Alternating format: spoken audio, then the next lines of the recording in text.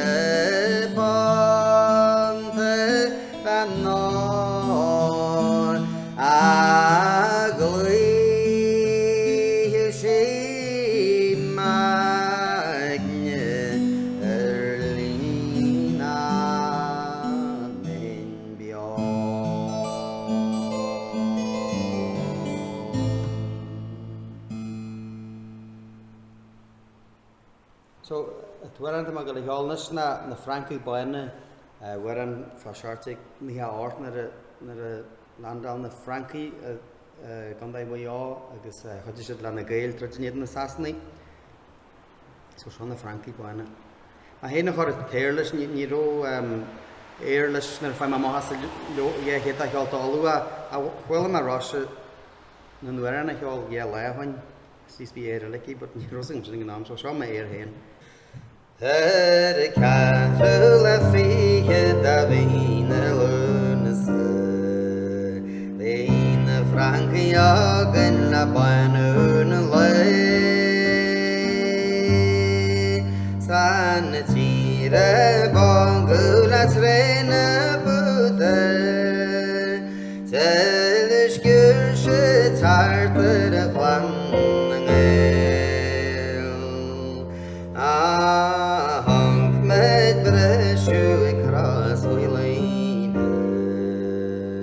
Seg balla gaeilge carú an retreat Caslan na wari idir sin is maniche Bhí a géad sríbhíle le síniú gré Slú ar madíne fuair mantis gealga Las chéile na wainís le bainúna le Scialan ar vinlins nar wailin trachta Na Francaí baina gur góin Anna méda dimi acu is nar bagu Chain siad a leisin faoiédan barúi Mar bhlú a céad a gal thar sala Agus agla mai tarú ar gatrín Mar ógan na tíre tanis gan na fósú Glavoraram gemeine feigan Dort gesassen is na Francaí En éri sjorsen ar gardívon The dulvor agam srín ang rasta Sas Bonaparte na dhéanamh al fáil Gatochaí ar garad mas na náhuid Munne se tasú as clan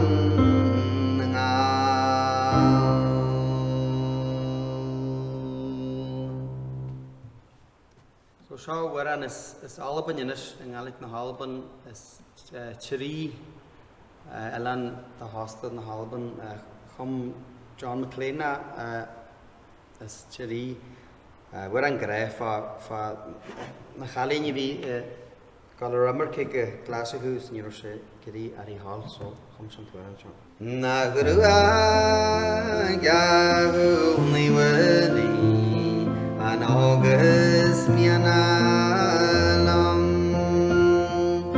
The farsa irahu madal She called me or sangal Es masha banul klutahu Trawale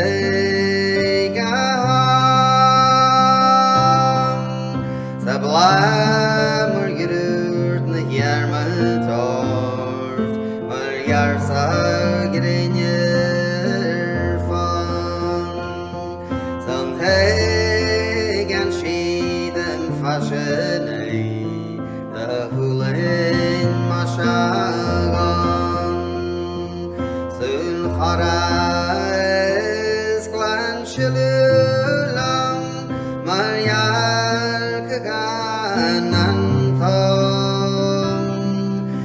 Graaien maar de rozen naar wie ze dag is van Stekles marielen mare Amar khana gyalnam ba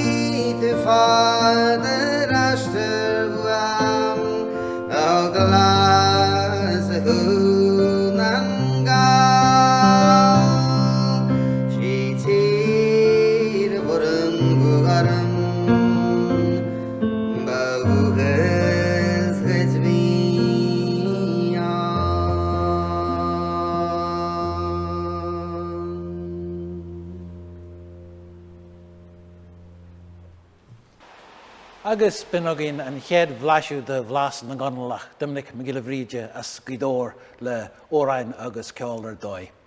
Fanhamid le muitir Guidór go fáilbeg, le maia duine ran as coiscladí.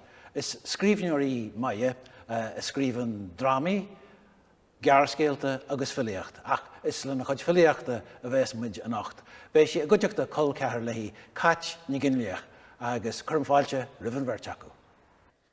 An tám dear na bhí meise san nDrioglann seo, hanig ma héin agus ma wahé chuig teispantas fachneteal a bhí ar siúl mar foirt da éile nearagail ag rós a ggóin.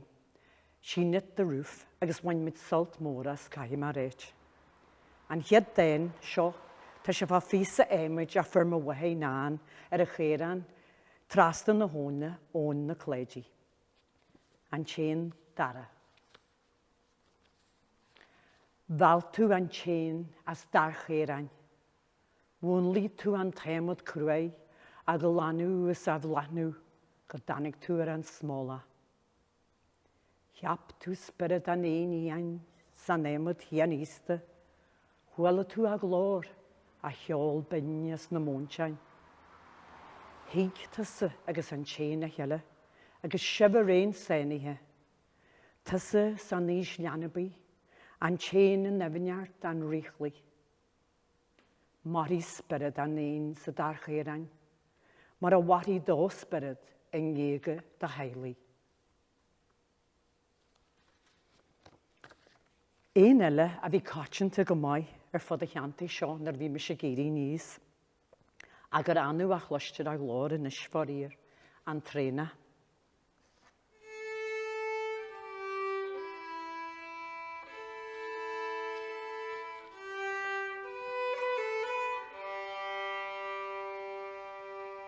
Ba leor dan tréna, manabhar na méile as cin siascúna spille. Is hachna hat sean caran na san lán. Sin mar a warsa go ruig an tinil bunche de iar grúha rúja é. Het an táhar heol an tréni sna cyfrin cos na hóna. Is heisha go charman wada, go hanis bofanne, agus tari, is go hemel chire pa weher a rorti. En nu, tan na monier bainige, is yad kudige gan tara san strain, is ta gov na gihe go hegmusha, ag snaggerart frid na scailesteich, sna cyfrin cos na hóna. Anish, ta ein rúndelle, ag scalagna san éirada. Táim na méal a phobal, cé na fest dífa chrithe go fóil. Sní chluistear sa bhéal ó bhaidín go híthe, a creathiste.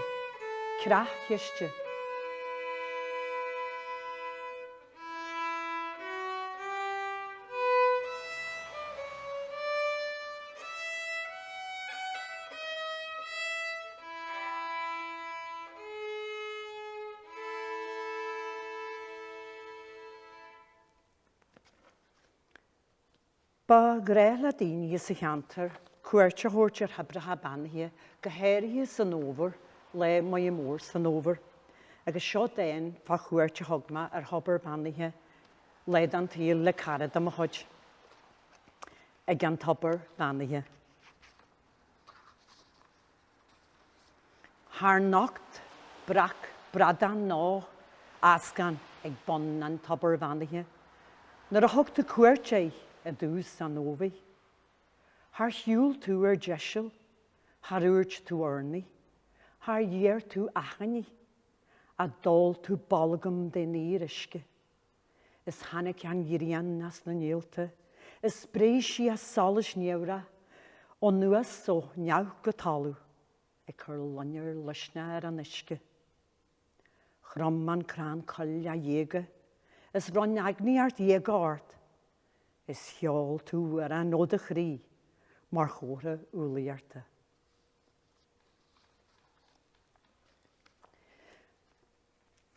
Tá go leor scéalta sa cheantar seo fan waid an wara, sa bhéilidis agus tá uair an fásta, agus caithí go deise de bhaim orm, seo daon fan waid an wara, cantarart na morú.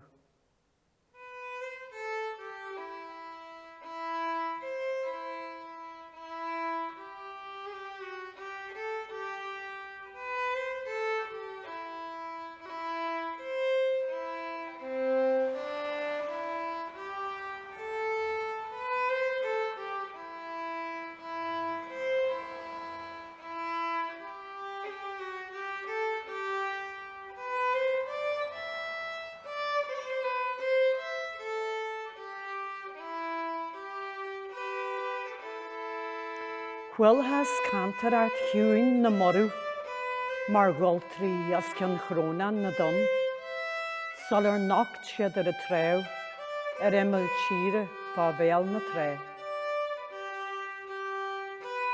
Hanaic is iad ag fáiltú sa chéile, is ag círiú a guatha cuana, ag lúpadan lapadan sa lein mara, is ag meir a measc moranáin. Bhí codeachú a scaia good lantratha, is a déalaí as an debagan, is a bhar tre as cinisce, a bhfuil leanain agus maithratha.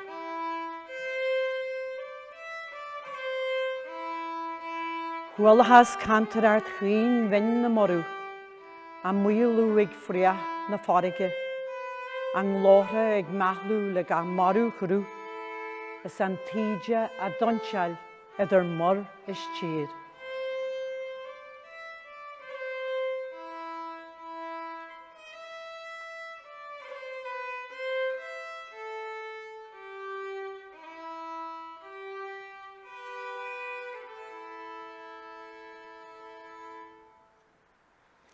Seo daon fá eidlai clúte as tíorchonail, an fidlai, da John Saimi ó Doherty.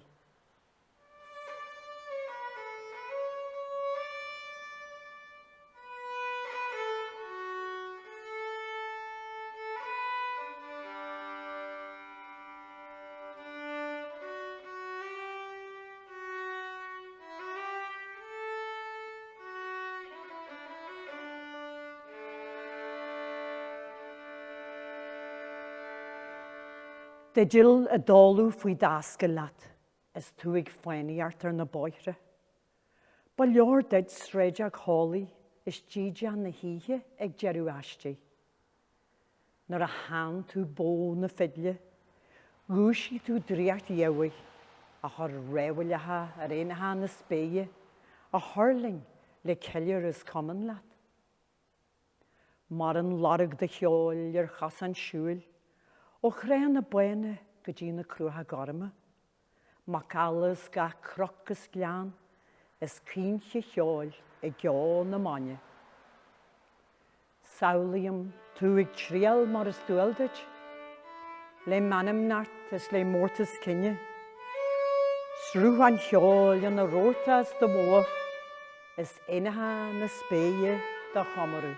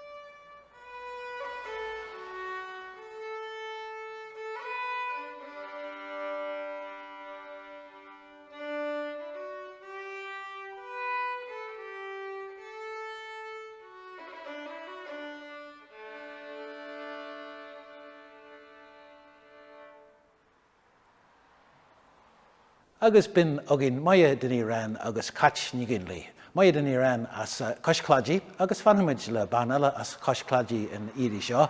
Mar réad ní bhaoine bhfuil clú agus chail orthaí mar óraní agus mar idilir, leihí héin agus leis an grúpa altan. Ina chuideachta nacht tá a níon ní bhern.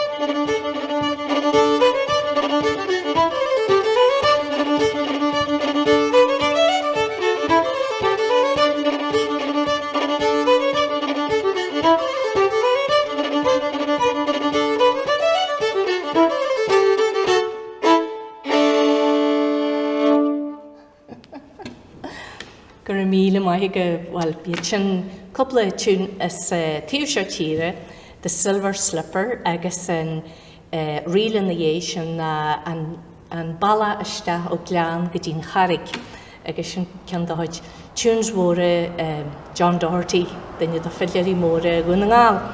A leanamid réine slúar an bag fuairmid ó Brian Danny Minnie in seo cógara dá dDrioglann Crolly.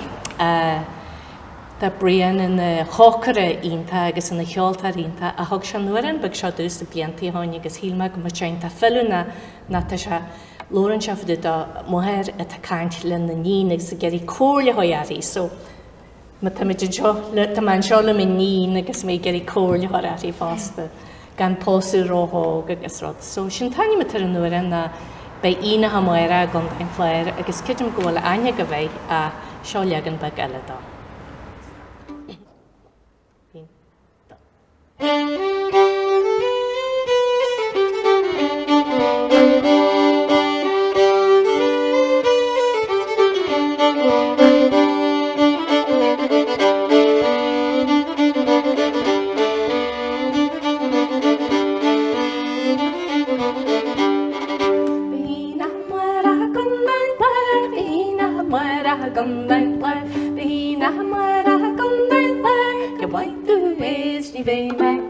So I had in your liquor to Nini May, so we're Nina Helie. So I had in your liquor to Nini May, so we're Nina Helie. The Nin Vagogum Sashi Hog, the Nin Vagogum Sashi Hog, the Nin Vagogum Sashi Hog, Sashi and Gaeilge and Gracie Crook. So I had in your liquor to Nini May, so we're Nina Helie. So I had in your liquor to Nini May, so we're Nina Helie. Nyal to a giant on inject boss, and yell to a giant on inject boss, nyal to a giant on inject boss, and a vest to a GJ bay to more. So I had in your liquor to Nini May, so we're Nina Helie. So I had in your liquor to Nini May, so we're Nina Helie.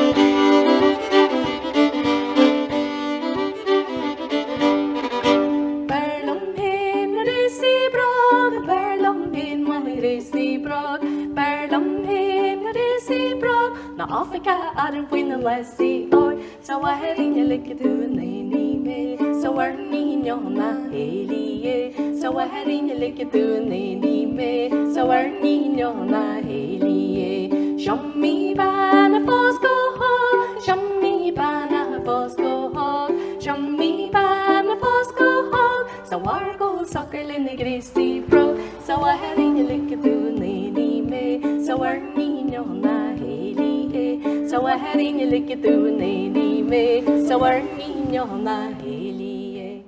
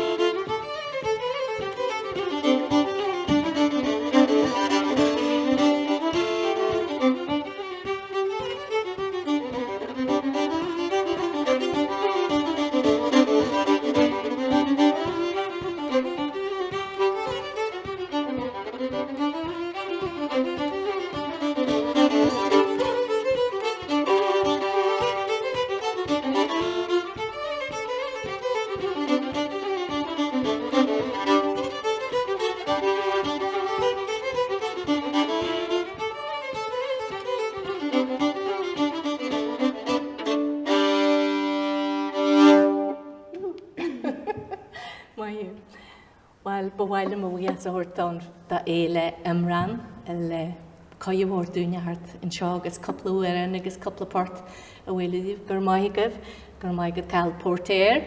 Agus táimití gáil chrínú le coppla port I chéad forta formid ó hafad do chuid Frank Cassidy as chillin agus sin taine matai na the wedding jig port na bainse agus a dara jig na cen do chuid John Doherty agus sin taine thug sisna na port ran na farste. So gur míle mai go bhar san éisteartling. Hín dó.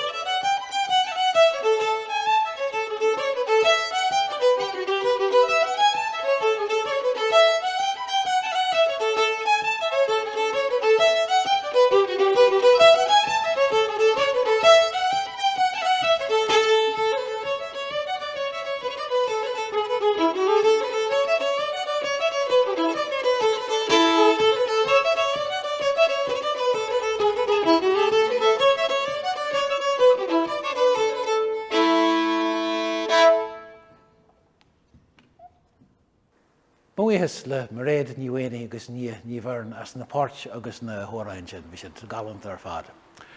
Bugamid ra go dtí cuasaí fhilíochta arís an tám seo, ban dohhaú na crucha garma, tá ar féireacht mar deir sé héin fá gcuidóir le tamil de bhblianta, tá go leor dá taithí saoil le feiceáil na dáanta atá ici agus fagam agah colet ní ealathóir. Seo dáin fuduide an cefne dearna atágam fan Gaeilge léir fuduide cuairt Johnny Doherty an fiddler ar teach mo wathair mhór. An fiddler. Chraith mo wathair mhór an bralín geal le hensin dún peiliú a bháile. Bhí se na híonn sin ag béal an doris ag múnlú na gannaí stein. Bhí grían geal an thabhraí ag genú scahanda na cannaí.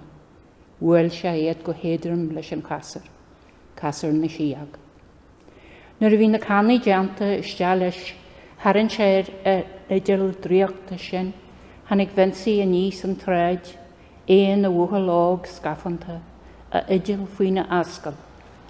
Bhfuil sé leis an mhaiste. Coisin go fáil an ceol is tharraing na mrá gur na leacatha, idir sin agus maidín het páistí an na gáú. Nar a bhuascail siad, bhí an lá ag bainú, bhí jeirú go deol leis an bhranglaid. Nar a bhí muid ag foigáil sin gleán, bhí oncail do mhathar na hasú tímuid a na ha, agus círsir báinige ag foigáil sláinige, agan sin an cefne dearna atagam uignis. Bhí an ihe tetim an leán, sin ag an draithe ag foigáil sláin, a círsir báin idir a bhéir agus a ordag, crathú le tréin trúaithe agus trúchantachta. Nar a tháinig mo dé, thosaí an gol ag dul an alcas.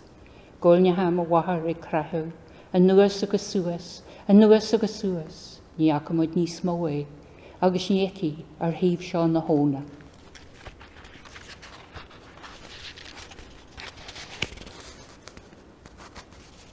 Seo rósanna,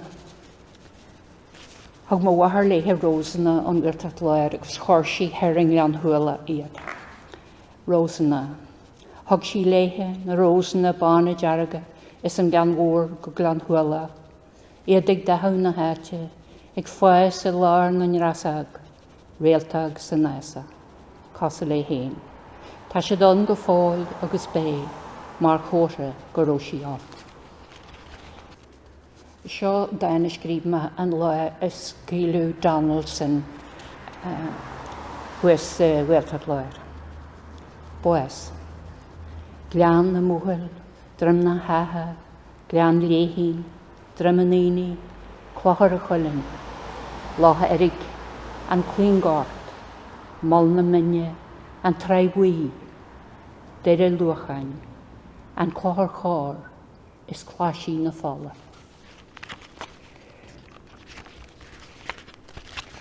Seo dána scríbhme faduid na gasraí agus na gesaí a rinneú éagnú átú an sa náma hói hart.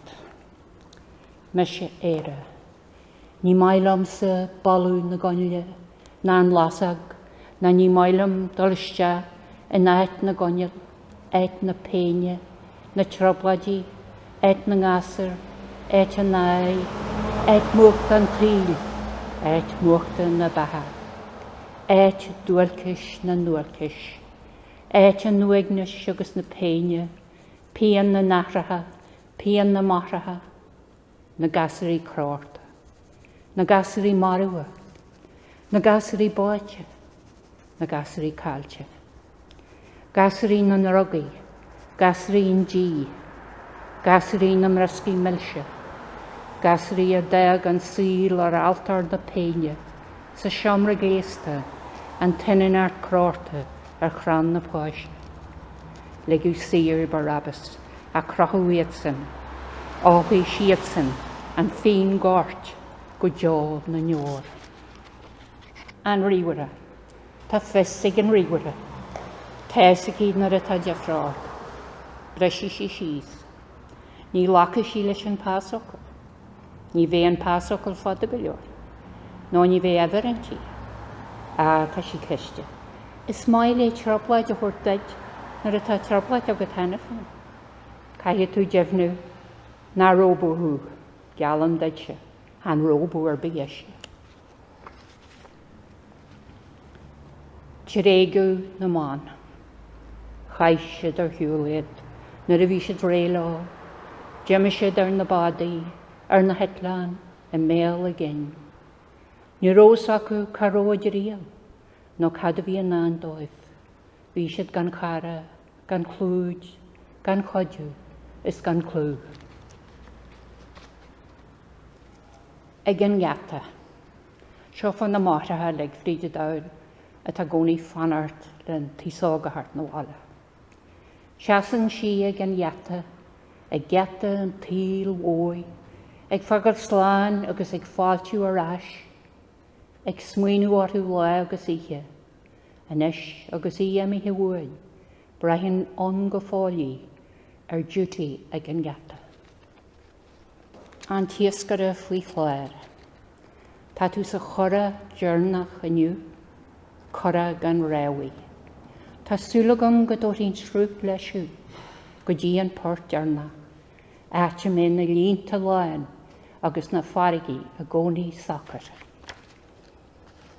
Agus seo fan na daoine bí na cúlcáint agus deanúradí mar sin tásta tainimetar. Tá scéal ag an néal, tá glór ag an airige.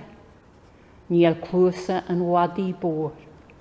Teigin muid an cat, bín an tuisce ag siasarni, mar sin bí de hást.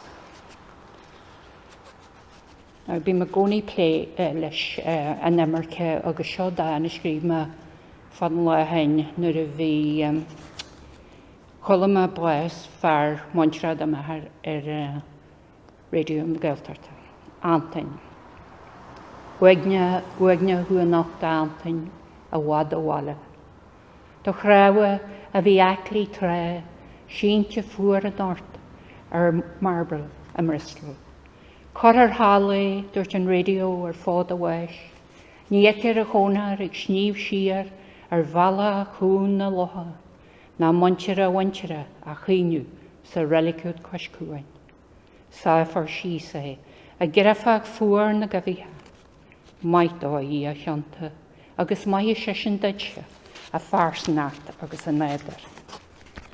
Seo cean dearna hanis an tart dearna a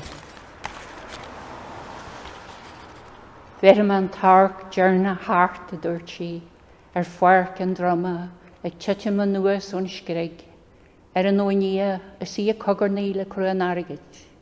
Le híonn seo go suúin a dúirt sí a caiithim a bheith cortha leisin a méal na tre.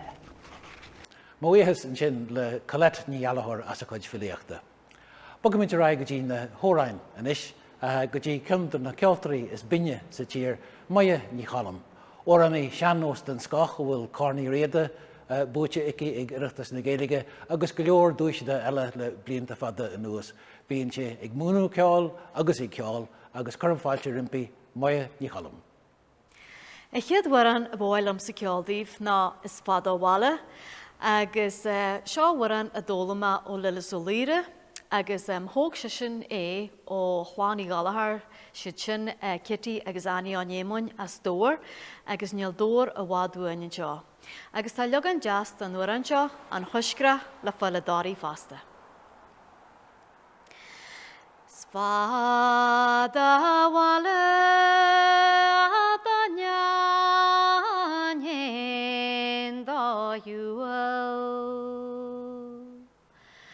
Da gwyl bwyd a ji fwy hadl o nedrymwr. Fi yw Blas Na Gaeilge wadi ar fel mor oen.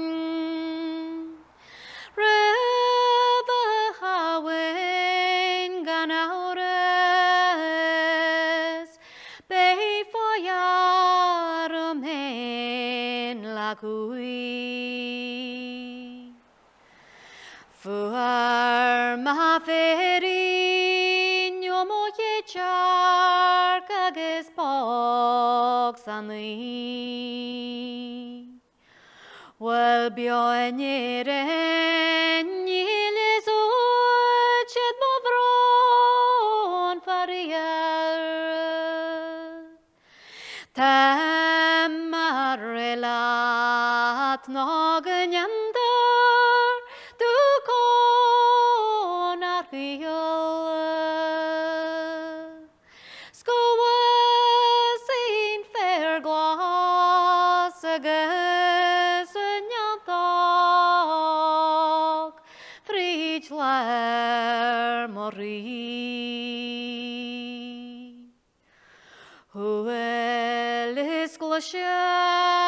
Gamor na chuiscran ar a zúr a blan. Scial cinse go gínean gan is denú da gonín de Gaeilge. Far a verans de bheith crainnear an éin a rach amhain. Red a bheith ein stúin a bheith agam mar lew.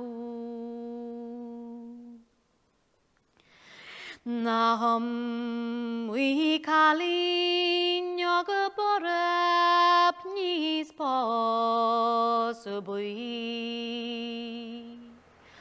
gConallach art nhearí móin a líon. Gan shaibhreas roiún talú gus grainnín síol.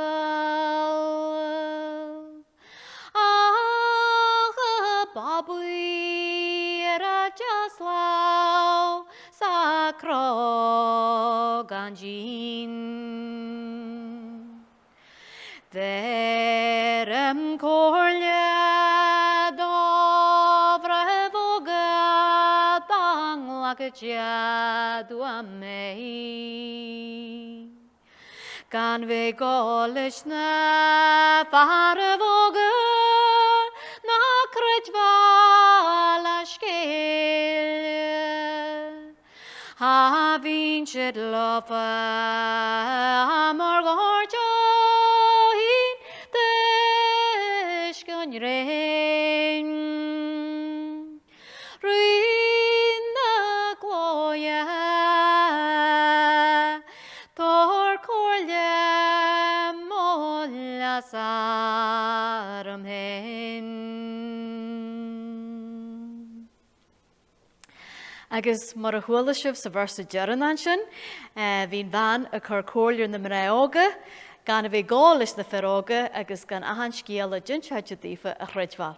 Mar sin comhóir waidíh má lachan si bheith. Chiadhfuair an eile me scoil chealdíh na sreid a chláhan lé, na bhfuair an éireanna sin aine meile hagann si dar. Agus níl sreid a chláhan lé ne se bhádúin an seo, agus sinna tí go bhhailm cin seo cheáil, agus bhí me léhann sin an céad a cheolta bholú, go danig buad go héir an mhór agus gur brisiúí ar na carige han sin, agus na ró ceadig muir an nila ní gála cháid a bhaid na rud a bí hógal an bhaid, a gur goide gasar seo rápa ón bhaid agus bhí seo go le úsáid fahanne buairach bó, agus nar burúar agus gur corú go dín prís na lifara agus hanachas ní bóa. Mar sin, seo sreid a láin lé na bhfuair an éireanna. An leis an adeg mis is sreid a láin lé.